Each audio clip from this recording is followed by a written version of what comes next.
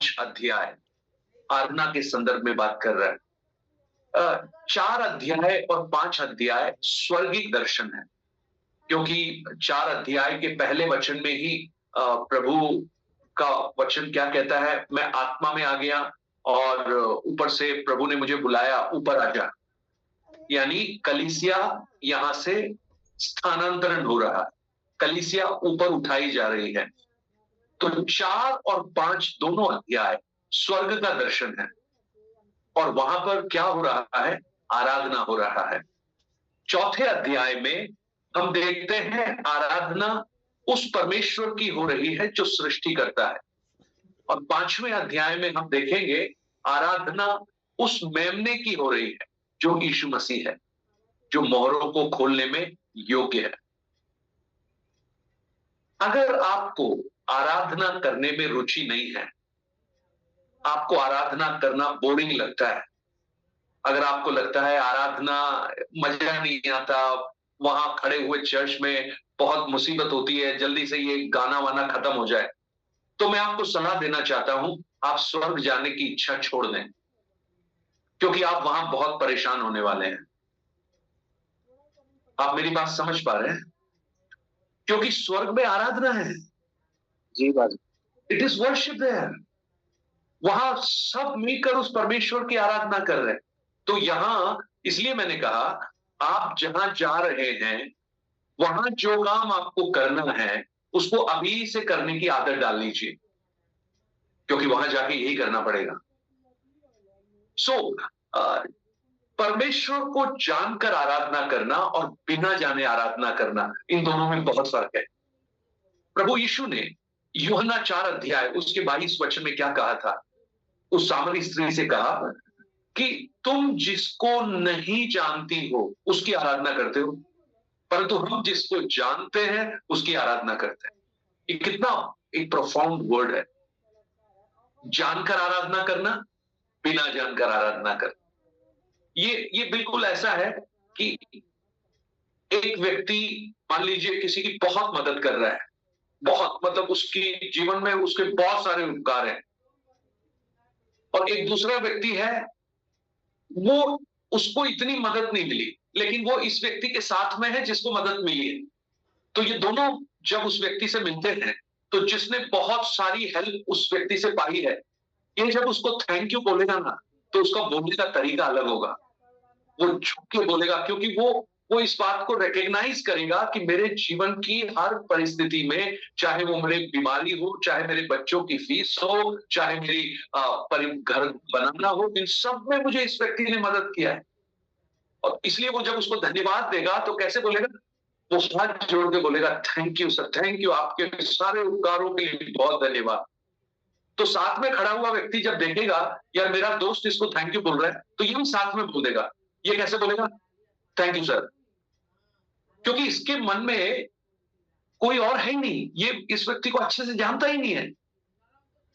लेकिन ये जो दूसरा व्यक्ति है उसने इसको लंबे समय से जाना है, और जब जानकर अनुभव कर आराधना की जाती है उसका अर्थ ही कुछ और है।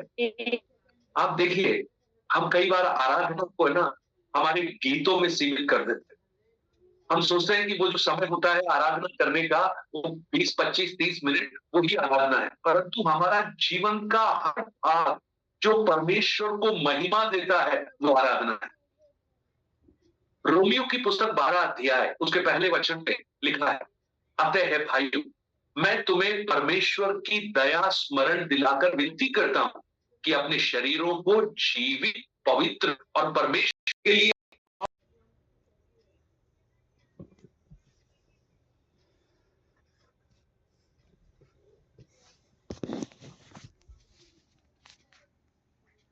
नहीं, जब तोड़ना पड़ा, जब तोड़ा एक व्यक्ति जो लाखों लाखों रुपए आगे जाता है, इसके लोग कहते हैं कि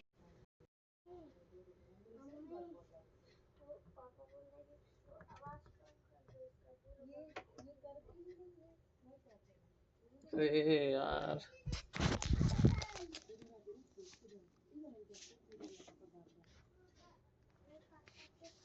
लुस्त्रा में एक मनुष्य बैठा था जो पांव का निर्बल था, वो जन्म ही से लंगड़ा था और कभी ना चला था, वो पौलुस की बातें करते सुन रहा था।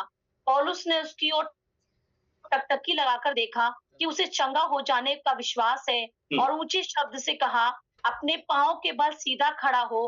तब वो उछलकर चलने फिरने लगा। लोगों ने पौलुस का ये काम देखकर लुकानुआ की भाषा में ऊंचे शब्द से कहा, देवता मनुष्य के रूप में होकर हमारे पास उतर आया है। उन्होंने बरनबास को ज्यूस और पौलुस को हिरमेस कहा, क्योंकि वह बातें करने में मुख्य था। ज्यूस के उस मंदिर का पुजारी जो उसके नगर के सामने था, बैल और फूलों के हार फाटकों पर लगाकर लोगों के साथ बलिदान करना चाहता था। परंतु बरनबास और पौलुस प्रेरितों ने जब ये सुना तो अपने कपड़े फाड़े और भीड़ में लपके और पुकार कर कहने लगे, हे लोगों, तुम क्या करते हो? हम भी तुम्हारे समान दुख सुख भोगी मनुष्य हैं और तुम्हें सुसमाचार सुनाते हैं कि तुम इन व्यर्थ वस्तुओं से अलग होकर जीवते परमेश्वर की ओर फिरो, जिसने स्वर्ग और पृथ्वी और समुद्र और जो कुछ इसमें बनाया है। बस काफी है नीता सिस्टर। देखो, आप इस घटना को देखिएगा, लुस्त्रा की घटना है। बरनबास और पौलुस वहां पर है। एक लंगड़ा व्यक्ति चंगा हो गया, और जब चंगा हुआ तो इन लोगों ने कहा कि यार ये तो देवता है, ये देवता मनुष्य के रूप में आए हैं। तो इन्होंने फूल लिए और इनको आदर करना चाहते हैं, इनको देवताओं की तरह पूजना चाहते हैं। तब इन्होंने क्या किया? अपने वस्त्र फाड़कर उन लोगों को कहा, हम तुम्हारे समान साधारण मनुष्य हैं, हम तो तुम्हारे जैसे ही हैं, परंतु तुमको एक काम करना चाहिए, इन व्यर्थ बातों से अलग होकर जीविते परमेश्वर की ओर फिरो। Come close to the living God, जिसने स्वर्ग और पृथ्वी और समुद्र जो कुछ उसमें है बनाया है। जब हम उस परमेश्वर को जानेंगे ना, तभी हम उद्धारकर्ता को पहचान पाएंगे। Without knowing God we cannot know Jesus. So यहां पर अब उसके बाद 18 अध्याय में भी आइएगा, 17 अध्याय में भी आइएगा, प्रेरितों की पुस्तक 17 अध्याय उसके 22 वचन से लेकर 24 वचन तक पढ़िए। तब पौलुस ने अर्गिप्युस के बीच में खड़े होकर कहा, हे एथेंस के लोगों, मैं देखता हूं कि तुम हर बात में देवताओं के बड़े मानने वाले हो, क्योंकि वे फिरते हुए जब तुम्हारी पूजने की वस्तुओं को देख रहा था, मैं फिरते हुए जब तुम्हारी पूजने की वस्तुओं को देख रहा था, तो एक ऐसी वेदी भी पाई जिस पर लिखा था, अनजाने ईश्वर के लिए। इसलिए जिसे तुम बिना जाने पूछते हो, मैं तुम्हें उसका सुसमाचार सुनाता हूँ। बिना जाने पूजते हो। देखो यूहन्ना मैंने हम यही पढ़ते हैं 4 अध्याय में, जिसको तुमने जाना नहीं उसकी भी तुम पूजा कर रहे हो। अब देखो उसके बाद, मैं तुम्हें उसी का सुसमाचार सुनाता हूं, या 24 वचन। जी, जिस परमेश्वर ने पृथ्वी और उसकी सब वस्तुओं को बनाया, वो स्वर्ग और पृथ्वी का स्वामी होकर हाथ के बनाए हुए मंदिरों में नहीं रहता। यहां भी पौलुस क्या कह रहा है? जिस परमेश्वर ने पृथ्वी और उसकी सब वस्तुओं को बनाया, वह स्वर्ग और पृथ्वी का स्वामी होकर हाथ के बनाए हुए मंदिरों में नहीं रह सकता। सो जब तक हम उस परमेश्वर को नहीं जानेंगे, ये 4था अध्याय परमेश्वर का है, उसके सिंहासन का है, तो ये उसकी महिमा को देख रहे हैं। अगर उस 4 अध्याय को शुरू से आप पढ़ेंगे, वहां पर सिंहासन का वर्णन है, बिजली चमक रही है, इतनी ज्योति है, वहां पर चारों तरफ कुछ क्रीचर्स खड़े हैं, वो आराधना कर रहे हैं। यानी उस परमेश्वर की महिमा का एक बड़ा गान वहां पर हो रहा है, हिम गाना हो रहा है, आराधना का गीत हो रहा है। और मैं आपको कहूं, प्रकाशित वाक्य की पूरी गीतों की पुस्तक है, आराधना ही आराधना है। वहां इतने सारे गाने आपको दिखाई देंगे हर तरह, और वो परमेश्वर की महिमा के गीत हैं। सो ये दोनों भाग हमें ये बता रहे हैं कि वो जो परमेश्वर है उसको जानना बहुत जरूरी है। वहां पर पौलुस और बरनबास उन लोगों को लुकानिया में प्रेरित कर रहे हैं, जीवित परमेश्वर को जानो। और यहाँ पर उन एथेंस में, उन मूर्तियों के बीच में, यहाँ पर भी पौलुस कह रहा है वो जीविता परमेश्वर, our God is a living God. जब हम उसको जानेंगे ना, तो हम उस यीशु को भी जो उद्धार करता है उसको जानना प्रारंभ करेंगे। और इसके अंतिम वचन में जो लिखा है 11 वचन में, 4 अध्याय 11 वचन में देखिएगा, एक बार पढ़ लीजिए। हे हमारे प्रभु और परमेश्वर, तू ही महिमा और आदर और सामर्थ के योग्य है, क्योंकि तू ही ने सब वस्तुएं सृजी और वे तेरी ही इच्छा से थी और सृजी गई। तेरी ही इच्छा से थी और सृजी गई। अब इसके साथ कोलोसियों की पुस्तक 1 अध्याय 16 वचन को भी जब आप पढ़ेंगे, वहां पर देखिए क्या लिखा है, क्योंकि उसी में सारी वस्तुओं की हुई, स्वर्ग की हो अथवा पृथ्वी की, देखी हो या अंधे की, क्या सिंहासन, क्या प्रभुताएं, क्या प्रधानताएं, क्या अधिकार, सारी वस्तुएं उसी के द्वारा उसी के लिए सृजी गई हैं, और वही सब वस्तुओं में प्रथम और सब वस्तुएं उसी में स्थिर हैं। ये लिखा है कोलोसियों की पुस्तक क्राइस्ट हेड को, जो मसीह का जो प्रभुत्व है उसके बारे में बताती है। गॉड हेड, यीशु मसीह का गॉड हेड। सब वस्तुएं उसी में सृजी गई हैं, उसी के द्वारा सृजी गई हैं। अब आप देखिएगा, एक पापी मनुष्य जो है ना, वो सृष्टिकर्ता की आराधना करने की बजाय सृष्टि की आराधना करना शुरू कर देता है। रोमियो की पुस्तक 1 अध्याय उसका 25 वचन, रोमियो 1 अध्याय उसका 25 वचन, क्योंकि उन्होंने परमेश्वर की सच्चाई को बदलकर झूठ बना डाला और सृष्टि की उपासना और सेवा की, ना कि उस सृजनहार की जो सदा के लिए धन्य है। अब देखिए, मनुष्य जब बनाया गया था, जब आदम और हवा को बनाया गया था, वो परमेश्वर की आराधना करते थे। लेकिन जब पाप इस जगत में आया तो मनुष्य ने क्या किया? सृष्टिकर्ता की आराधना करना छोड़कर सृष्टि की आराधना करना शुरू कर दिया। तो इसका परिणाम क्या हुआ? जब सृष्टि की आराधना करना शुरू किया तो उस मनुष्य ने इस सृष्टि को भी पोल्यूट कर दिया। यानी सृष्टि जिस उद्देश्य के लिए बनाई गई थी, इसको भी उन्होंने कलंकित कर दिया, और इसका खामियाजा भी उनको भुगतना पड़ेगा एक बार। और यहां तक कि आज जो सृष्टि है ना, हम जिस पृथ्वी पर रह रहे हैं, अब रोमियो 8 का 22 एक बार पढ़िए।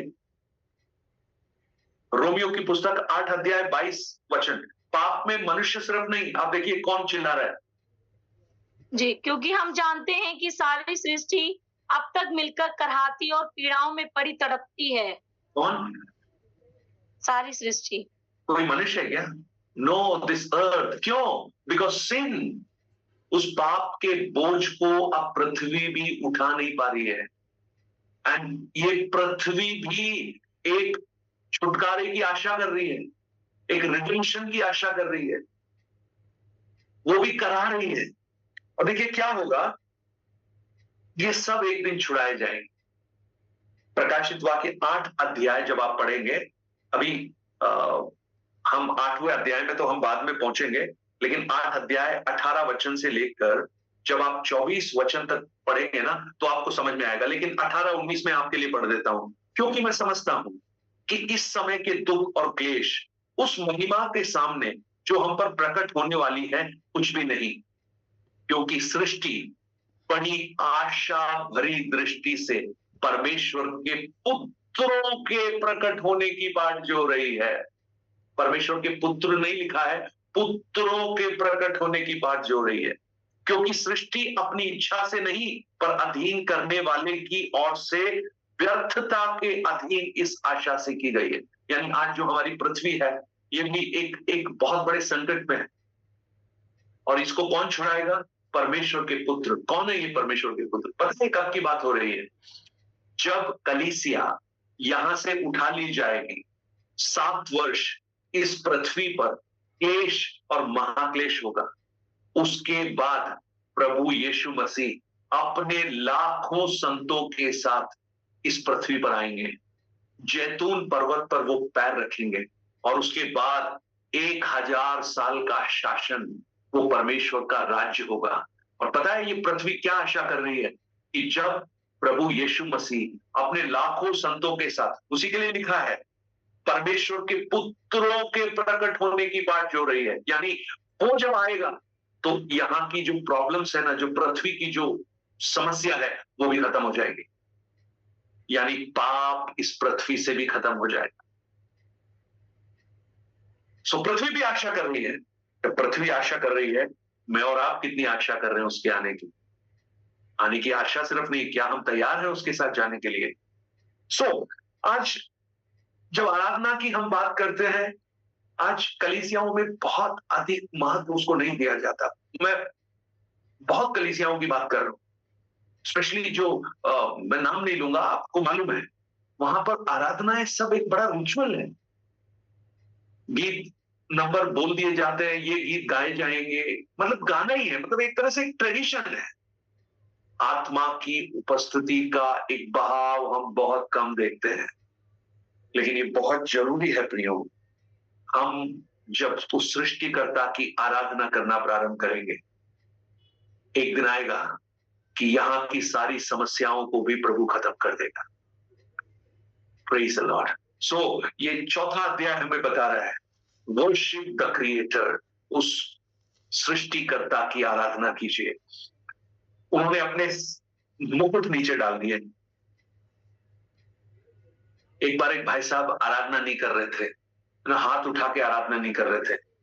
उनसे बाद में पूछा, क्यों, आप क्यों नहीं कर रहे थे? वो बोला, यार ऐसा करने से ना शर्ट का क्रीज खराब हो जाता है, वो ना निकल जाएगा, फिर उसका प्लेट वगैरह सब दोबारा से बनाना पड़ेगा। व्हाट ए पैथेटिक सीन थी। वो किस लिए है वहां पर? उस व्यक्ति को ये नहीं पता कि उसको इस शर्ट पहनने के लिए जो सौभाग्य मिला है वो परमेश्वर ने दिया है। आज जो चीजें परमेश्वर ने हमें दी है वो उसकी आराधना में बाधक बन गई है। क्या मैं सही नहीं बोल रहा हूं? एक समय था जब कुछ भी नहीं था, कुछ भी नहीं था, मतलब घर भी नहीं था, किराए के घर में थे, गाड़ी तो छोड़ो, मतलब साइकिल भी नहीं थी, लेकिन उस समय प्रार्थनाएं बहुत थी। प्रार्थना करते थे, परमेश्वर आप हमारे लिए रास्ता खोल। परमेश्वर ने प्रार्थनाओं को सुना, बढ़िया घर मिल गया, अच्छी गाड़ी मिल गई, अभी सब कुछ मिल गया, तो अब चर्च जाना बंद हो गया। पता है क्यों? क्योंकि घर को अकेले छोड़ नहीं सकते। अरे भैया, ये घर दिया किसने था? जिस मतलब जो मिला, अभी जिसने दिया उससे ज्यादा बड़ा हो गया। प्रियो, आज जब हम उस परमेश्वर को देखेंगे ना, मैं आपको कहूं, हमारे यहाँ का पद, हमारे यहाँ की प्रतिष्ठा, हमारे यहाँ का सम्मान, सब कुछ खत्म हो जाएगा। वो 24 उसके सामने गिर पड़े नीचे, यानी दंडवत कर कर उसकी आराधना कर रहे हैं, और वो कह रहे हैं वो परमेश्वर महिमा में है, वो सृष्टि करता है। हमारी आराधनाएं ऐसी होनी चाहिए। मैं आपको प्रोत्साहन देना चाहता हूं, आप चाहे किसी भी चर्च में, हो सकता है आपके चर्च में उस आत्मा में भरकर आराधना नहीं की जाती हो, लेकिन मैं आपको प्रोत्साहन देना चाहता हूं, आप कुछ नई शुरुआत करना प्रारंभ कीजिए।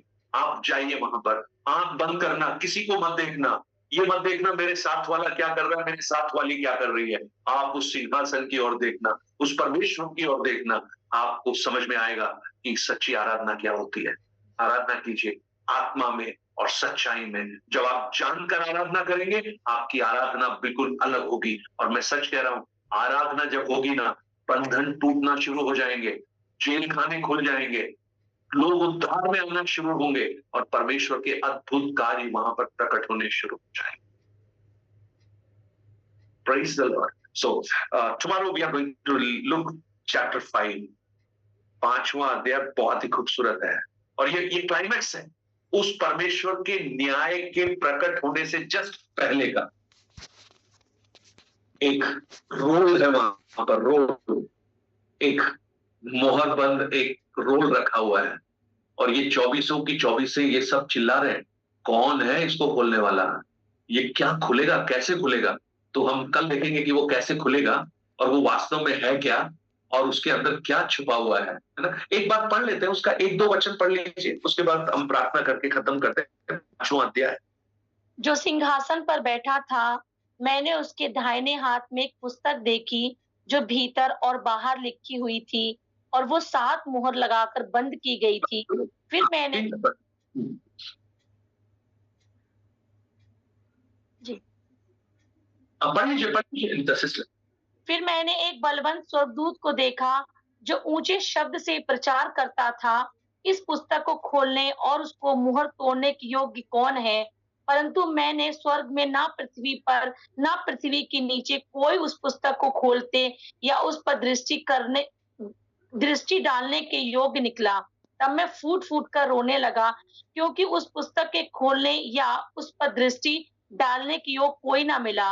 यूहन्ना है जो फूट फूट कर रो रहा है, बोलिए मोहरे खोलने वाला कोई नहीं मिला। तब वो प्राचीनों में से एक मुझसे कह रहा है, मत रो, देख यहूदा के गोत्र का सिंह जो दाऊद का मूल है, वह इस पुस्तक को खोलने और उसकी 7 मोहरे तोड़ने के लिए जयवंत हुआ है। कौन है यहूदा गोत्र का सिंह? हमारा प्रभु यीशु मसीह। So we will see tomorrow, कल हम देखेंगे, एक एक करके तोड़ेंगे, है ना। आपकी मदद करना मुझे तोड़ने में, मुझे नहीं, वो तो तोड़ेगा तो प्रभु, लेकिन हम इसको समझने की कोशिश करेंगे। सो लेट्स प्रे, आंखों को बंद करें, प्रार्थना करें और हम कहें, प्रभु हमारी आराधनाओं के स्तर को आप बढ़ा दें, हमें ऐसा अनुग्रह दें कि हम उस जीवित और सनातन और सृष्टिकर्ता परमेश्वर को हम आराधना कर सके। पास्टर रामफूल जी अगर हैं तो प्रार्थना कर लीजिए। पास्टर रामफूल जी आप हैं, मेरी आवाज सुन पा रहे हैं कहीं करते हुए? मैं कहीं भी बाइबल में ऐसा नहीं लिखा कि आंख बंद करके आराधना करना चाहिए या हाथ उठा के करना चाहिए, लेकिन मैंने ये महसूस किया है कि आंख बंद करके आराधना करना अच्छा है। उसका कारण मैं बताता हूं क्या है। जब आंखें खुली होती है ना, तो हम बहुत चीजों से डिस्ट्रैक्ट होते हैं। हमें कोई हिलता हुआ दिखता है, कोई चलता हुआ दिखता है, तो हम उस मेन हमारा जो मकसद है उससे भटक जाते हैं। सो एक गाना भी है, आओ भूलकर अपने को, सब कुछ भूलकर उस परमेश्वर की आराधना करें। तो गाना कोई भी, उससे फर्क नहीं पड़ता, लेकिन आप उसको कैसे गा रहे हैं, आपके मन में। आप आराधना से पहले पवित्र आत्मा से प्रार्थना कीजिए कि पवित्र आत्मा मुझे आपकी आराधना करने के लिए सहायता कर। So God will give you grace, है ना। परमेश्वर आपको आराधना करने का अनुग्रह देगा। आपके सामने वो सिंहासन का दर्शन होना चाहिए, उस परमेश्वर सृष्टिकर्ता का दर्शन होना चाहिए। आप मत देखिए कौन गा रहा है, क्या कर रहा है, कौन खड़ा हुआ है, ये सब मत देखिए, आप तो उस परमेश्वर को देखिए। जी एक सवाल है मेरा, स्वाति। थोड़ा खुल के बोलूंगी। मेन स्ट्रीम चर्चेस में जैसे सॉन्ग बुक्स गाना गाते हैं ना, गीत गाते हैं, तब उस समय जो वर्शिप के टाइम पे जो कनेक्ट होता है ना विद गॉड, वो थोड़ा सा हम कहीं मिस करने लगते हैं। बिकॉज क्या करने लगते हैं? वो एक कनेक्ट जो है ना, वो बन नहीं पाता है, क्योंकि वहां पे ज्यादा कंसंट्रेशन रहता है कि मतलब सॉन्ग पे रहता है, not to be connected with God ना। सॉन्ग से थोड़ा सा मुश्किल कोयर पे रहता है, कोयर अच्छा। हाँ जी। तो जैसे इंडिपेंडेंट चर्चेस में जब आप वर्शिप करते हैं, तब वहां पे वो मतलब you can feel the presence of God, but in mainstream churches it is difficult to feel. मैं ये कह रही हूँ। तो आप वर्शिप के टाइम पे वहां चले जाया करो, बाकी टाइम पे वहां ऐसे नहीं हो सकता ना, एक ही चर्च। वो अनुग्रह, मतलब many like churches they started worshiping like Pentecostal churches। बहुत मुश्किल से, तो यहाँ पे जो लोकल डायलेक्ट है उसका एक गीत अभी इंट्रोड्यूस हुआ है, बहुत मुश्किल से हमारे चर्च में। तो पता नहीं उस लेवल तक जाने के लिए बहुत टाइम लगेगा, क्योंकि सारे सॉन्ग बुक्स से गाते हैं, एंड सारे सॉन्ग बुक्स जो है वो हिम्नल के हिंदी ट्रांसलेशन है, तो कभी कभी शब्द भी समझ में नहीं आते, तो डिफिकल्ट है वैसा। इसलिए ना, मैंने इसलिए कहा, इसलिए वहां की आराधना ना एक रिचुअल है। जी करना है हमको, इट्स अ ट्रेडिशन, हमको करना ही है। मतलब वो 3 गाने 4 गाने गाने हैं बस, उसमें आराधना का जो फेस है वो तो लगता नहीं है। बट यू कैन वर्शिप ना, घर में आराधना कीजिए ना। आपसे रिस्पेक्ट करते हुए अगर इसे लोग झूम रहे हैं या हम इतना मग्न हो जाते हैं कि हम नाचने लगते हैं, तो क्या वो गलत है? नहीं, बिल्कुल गलत नहीं है। Where there is Holy Spirit, there is freedom। Freedom में भी एक डिसिप्लिन होना बहुत जरूरी है। हाँ जी, तो वो तो कह रहे थे कि मतलब मुझे भी थोड़ी अजीब सी बात लगी कि पास्टर के सामने लोग नहीं समझते हैं और नाचने लग जाते हैं आराधना के समय में, विच इज नॉट एक्सेप्टेबल, और थोड़ा रिस्पेक्ट रखनी चाहिए। तो मुझे समझ नहीं आई ये बात, मैंने कहा ये कैसे हुआ है, तो पहली बार सुन रही हूँ मैं। फिर दाऊद को तो इररेस्पेक्टिव हो गया, वो तो बिल्कुल ही, वो तो पूरी तरह से हम उसको प्रचार में बोलते हैं, दाऊद देखो कैसे आराधना कर रहा था, नाच रहा था, गा रहा था, और हम उसको लेकिन आप नहीं करोगे ऐसे। ये तो ऑटोमेटिकली होने लगता है, मतलब जब आप इतना मग्न हो जाते हो तो वो ऑटोमेटिकली झूमने ही लगते हैं। में चले जाते हो, you will go into a different realm and your control is not in your hand, control is taken by the Holy Spirit. Holy Spirit, हाँ जी। और मैंने हमेशा बोला है ना, अगर आप बिजली के एक सॉकेट में उंगली डाल दोगे और आपको करंट लगेगा, you can not be still, आप स्टिल नहीं रह सकते, आपका बॉडी उसको बताना शुरू करेगा, वो हिलना शुरू हो जाएगा। सो मे बी उसके अलग अलग रेस्पॉन्सेज हैं, कोई ऊंची आवाज में शायद गाएगा, गाना गाएगा, या कोई और तरीके से चिल्लाना शुरू कर देगा, कोई नाचना शुरू कर देगा, कोई जोर से ताली बजाना शुरू कर देगा ना, कोई बात जंप करना शुरू कर देगा। दीज आर डिफरेंट पोस्चर्स, वो सबके अलग अलग हो सकते हैं। लेकिन पता है हम ये कहेंगे no no no, we should be decent enough, हमको डिसेंट होना चाहिए, हमको ये सब नहीं करना चाहिए। अरे when God has given this much, हम सबको इतना उसने किया है, तो हम उसकी आराधना में क्यों हम कंजूसी करें? हाँ जी। चलिए, so we will see tomorrow also, 5वें अध्याय में भी 2-3 दिन और हम यही सीखने जा रहे हैं। राइट। हाँ, कुछ बोला निकुंज? नहीं, डाउट्स तो बहुत अच्छे होते हैं, डाउट होने चाहिए। इज आस्किंग लाइक डाउट बुरे होते हैं क्या? No no, doubts are very good, but वो किस तरह के डाउट्स हैं ये देखना पड़ेगा। आप मुझे बाद में कॉल कर लेना, या तो, है ना Nikunj? Call me later. Okay pass. Sister Shija, praise the Lord. I hope you, Dr. Sunil and बच्चे सब ठीक होंगे। You are at work, I believe. Okay, so God bless you. Good night.